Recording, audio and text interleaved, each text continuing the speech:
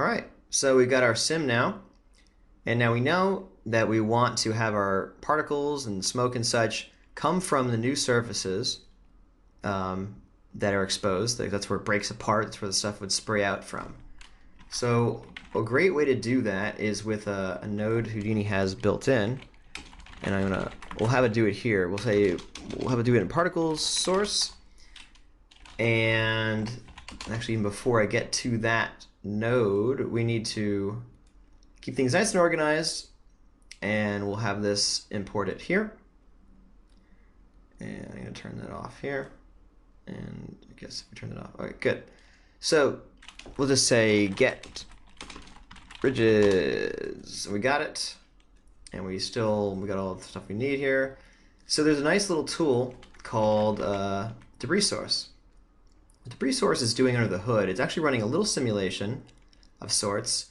It's going to scatter a bunch of points and see how it disappeared. That's okay. It's going to scatter a whole bunch of points all over the model, and particularly on the interior faces. And remember, they're still there, even though we don't see them right now. And it's going to record on this, or whatever frame we say, the rest frame. It's going to scatter this many points, and it's going to say, on this frame, record how far away you are from your closest neighbors. It's going to search this far around. It's going to note the first 10 points it finds. It's going to say, I'm this far away from it. And if at any point on subsequent frames that distance changes by some threshold, then it's going to say, uh-oh, a break happened. I am now an active area. So those scattered points will come to life, and they'll stay alive for the lifespan that you have indicated here.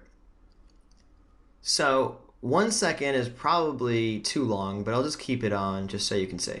So this is going to force it to play 2400 a second instead of too fast. So I press play, and we see bam. That's what I expected to happen. So what's happening, what are we seeing here? So I'm going to template the actual thing. So what's happening? So this frame, it recorded all of the distances from all the little scattered points inside of it. On this frame, everything moved, but everything is still in the same position relative to each other.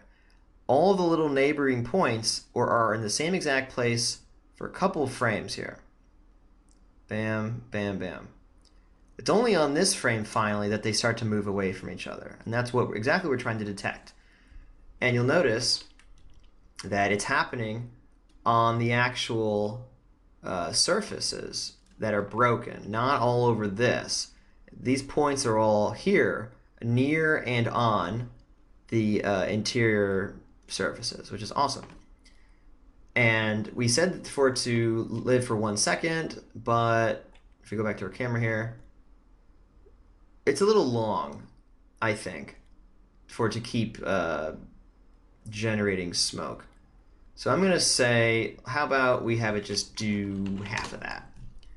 So reset simulation, bam. And now it dies out much faster. Cool.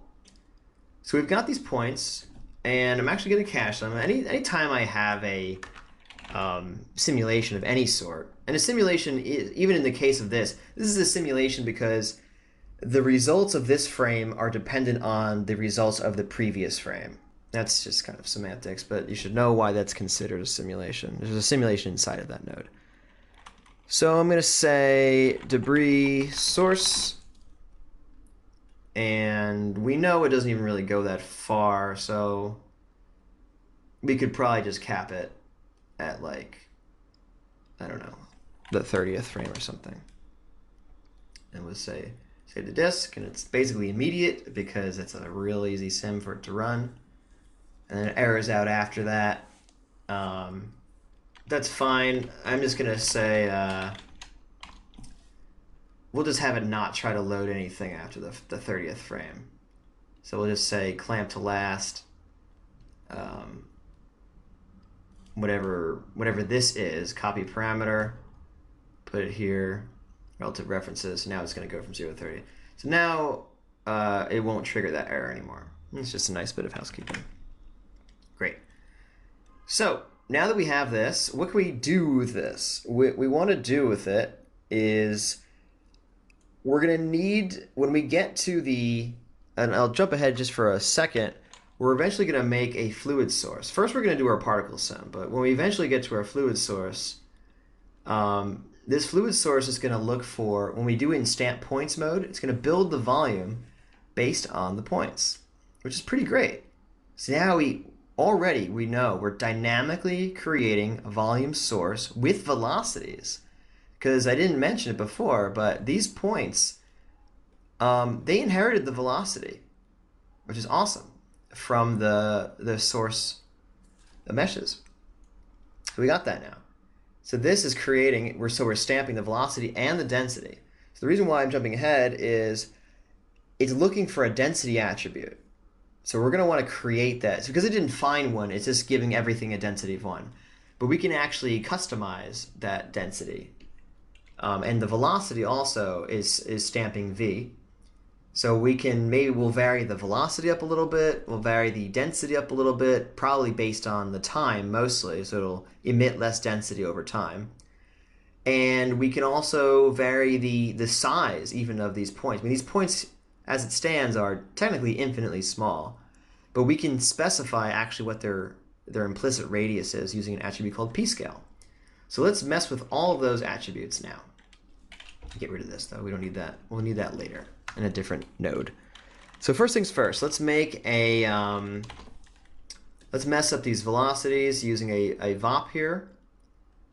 And we're just gonna do something pretty basic. I'm just gonna grab a 3-dimensional noise, which is basically just like it's an implicit mathematical noise that exists everywhere in space. And we're gonna look up into that giant, I like to think of it as like a slab of marble, where there's like dark areas and light areas, so it's fading in and out of those areas. So we're going to look up into that slab of marble with the turbulent noise. We're going to take the velocities we already have, multiply them by that result, and that becomes the new velocities. As you can see, it's different now. I'm going to bring back some of this amplitude. We'll say like 8 to get it around where it was. Also, the frequency is pretty low right now. The lower the frequency gets, the less variation there will be over this whole thing. So you can see, as we basically get back towards 0, 0, 0, it's basically getting back to what it started from. And as we introduce frequency, you can see it's going to get more and more turbulent. See how there's more and more detail now. We're basically making the size of the noise pattern smaller and smaller and smaller. So this is looking kind of cool now. Just enough to mess with it. It went from looking like this, so now it looks like this. Now it's just kind of shaggier. It'll just source points and it'll source more interesting velocity to have it broken up and not completely rely on what we got from the rigid body simulation earlier. So we'll call this mess with V.